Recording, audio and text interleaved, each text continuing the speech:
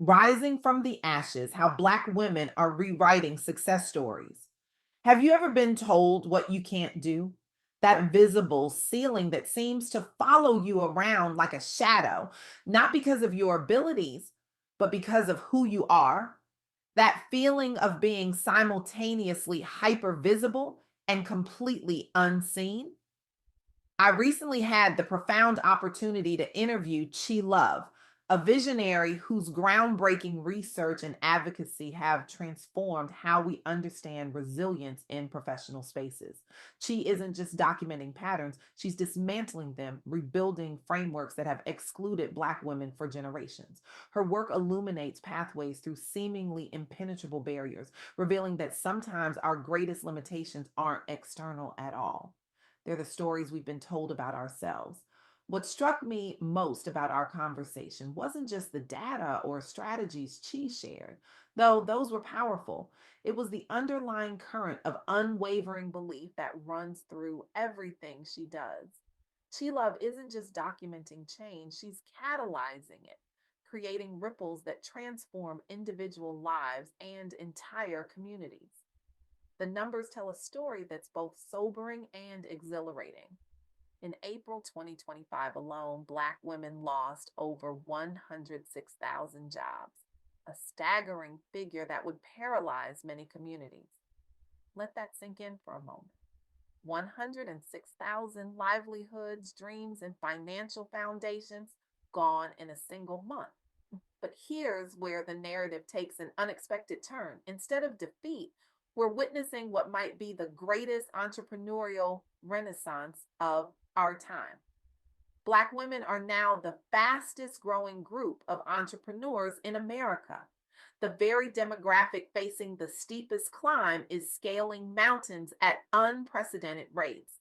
Between 2019 and 2023, Black women owned businesses saw their revenues soar by 32.7%, nearly triple the growth rate of all women owned businesses during the same period. This isn't just impressive, it's revolutionary. But revolutions don't happen in a vacuum, do they? They require both spark and fuel. The spark often comes from necessity. When traditional doors remain stubbornly closed, you don't just keep knocking, you build your own house.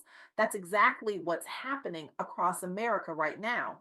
Consider this: after being repeatedly denied loans from major banks despite rock solid business plans, many Black women entrepreneurs turn toward alternative funding sources rooted within their communities. Community development financial institutions specifically designed for minority borrowers became lifelines. Business collectives formed to share resources. Online crowdfunding platforms transformed into launching pads for dreams previously deferred. I remember Chi Love sharing a particularly striking observation.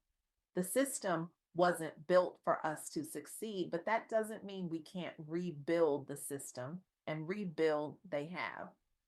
But here's where I want to pause and acknowledge something important. This isn't just a feel good story about overcoming obstacles. The obstacles shouldn't exist in the first place. The discriminatory lending practices, the cultural presumptions about leadership capabilities, the underrepresentation in high growth industries, these aren't natural phenomena. They're constructed barriers.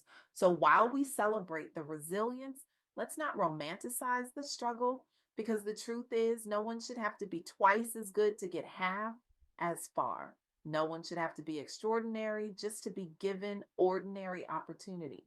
Yet here we are. And in this reality, Black women are showing us all what's possible when you refuse to let your past define your future. Take a moment and think about that phrase. Your past does not define your future. It sounds like a motivational poster, doesn't it? something you might scroll past on Instagram while sipping your morning coffee. But for communities that have faced generational barriers, it's not just a catchy phrase, it's a radical act of self determination. When Chi Love introduced me to entrepreneurs who had pivoted from corporate job losses to founding their own ventures, I was struck by a common thread in their stories. These weren't just business transitions, they were identity transformations. One woman described it this way: I spent 15 years trying to fit into spaces that weren't built for me. Now I'm building a space where everyone can belong. That's the fuel of this revolution, the power of community. Success is rarely a solo journey. For Black women navigating entrepreneurial waters, building networks of support has proven not just helpful, but essential. Mentorships, professional organizations, peer circles, these connections provide both practical guidance and emotional sustenance. Between 2019 and 2023, collaboration among Black female founders led not only to revenue growth, but also greater visibility across sectors traditionally dominated by others. Many entered these circles after experiencing exclusion elsewhere, but found affirmation through shared stories and actionable strategies within supportive environments.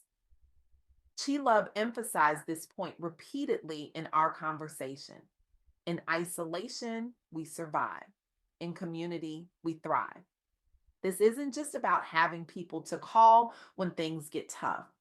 It's about creating ecosystems of mutual support where knowledge flows freely, where resources are shared rather than hoarded, where your sister's success is celebrated as your own. It's a profound rejection of scarcity thinking, the false belief that there's only room for one or two of us at the table. Instead, these entrepreneurs are expanding the table, or better yet, building entirely new tables. Digital boot camps focused on financial literacy and strategic planning have emerged as crucial training grounds. Membership organizations fostering community networking have become incubators for innovation. Knowledge sharing has transformed from a nice to have into a non negotiable cornerstone of success. The results speak for themselves: enhanced confidence among participants, improved negotiation skills, an expanded sense of what's possible beyond inherited limitations. But perhaps most importantly, a redefinition of success itself. Because success isn't just about individual achievement anymore, it's about collective uplift. It's about ensuring that as you climb, you're creating footholds for others to follow. As Maya Angelou wisely reminded us, I come as one, but I stand as 10,000. That perspective transforms how we view setbacks too. When faced with disproportionate job losses, many Black women have used adversity as fuel for innovation, pivoting towards entrepreneurship or seeking new opportunities that align with their passions. The loss was not only economic, but also emotional, yet it catalyzed a wave of reinvention as individuals refused to be defined by external circumstances alone. She Love shared stories of displaced professionals who launched consultancies or small businesses targeting unmet needs within their communities, the very adversity fueling fresh beginnings rather than defeatism. This isn't toxic positivity or putting a happy face on injustice. It's strategic resilience, the ability to transform obstacles into opportunities, not because the obstacles should be there, but because your purpose is greater than your pain. As one entrepreneur put it, I didn't choose these circumstances, but I absolutely choose my response to them. That's the essence of transforming setbacks into motivation. It's not about pretending the setbacks don't hurt or matter. It's about refusing to grant them the power to determine your destination. The formation of new enterprises, contributed significantly to local economies while providing role models for others navigating employment instability. This demonstrated how collective setbacks can spark individual transformation and reshape entire industries' approaches toward inclusion. What's particularly powerful about this movement is how it's changing perceptions around who can lead successful ventures while inspiring others facing similar obstacles. Representation matters. When young Black girls see women who look like them building thriving businesses, launching innovative products, and creating generational wealth, something shifts in their understanding of what's possible. The ceiling doesn't disappear overnight, but cracks begin to form. Light starts to shine through, and that light illuminates paths that weren't visible before. She Love's research reveals how this shift has begun changing perceptions around who can lead successful ventures while inspiring others facing similar obstacles. The impact extends far beyond economic metrics. It's reshaping cultural narratives about capability, leadership, and innovation. So, where do we go from here?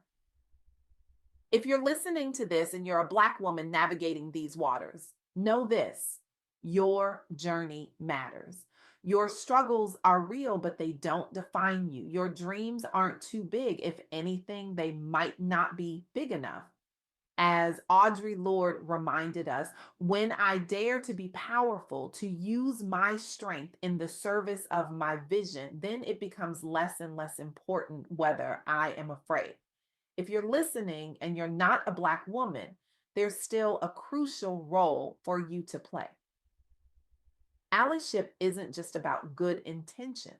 It's about concrete actions that help dismantle barriers and create more equitable systems. For everyone, I challenge you today: identify one limiting belief rooted either in your past experience or current environment, and commit this week to taking one bold action that directly contradicts it. Whether that's applying for a grant you thought was out of reach, pitching your idea where you've previously hesitated, or supporting a Black woman owned business in your community. Because what these remarkable entrepreneurs have shown us is profound. We rise not because we never fell, but because we chose never again to let fear write our story. The data tells us that Black women are creating businesses at historic rates despite facing historic barriers. The stories behind that data reveal a fundamental truth about human potential: that it cannot be permanently constrained by systems designed to limit it. As Chi Love so eloquently stated, when you understand that your worth isn't determined by external validation, you become unstoppable. That's the invitation before all of us today, to recognize that while systems of inequality persist, they don't have the final word on what we can achieve. To understand that community isn't just nice to have, it's essential for sustainable success, to transform our setbacks into fuel for the journey ahead. Because ultimately, this isn't just about business metrics or economic indicators. It's about reclaiming the right to define success on your own terms. It's about building legacies that extend far beyond balance sheets. It's about creating a world where extraordinary resilience isn't required because ordinary opportunity is finally equally distributed. The question isn't whether you'll face obstacles. The question is whether you'll let them stop you. And increasingly, Black women entrepreneurs across America are answering with a resounding, powerful no. They're not just surviving the storm, they're learning to dance in the rain, build shelters for others, and even harness the lightning. And in doing so, they're showing us all what true transformation looks like. So I ask you, what ceiling are you ready to shatter? What table are you prepared to build? What community will you help strengthen? Your answer to these questions isn't just about your future, It's about our collective liberation. The revolution has already begun. The only question that remains is, will you join it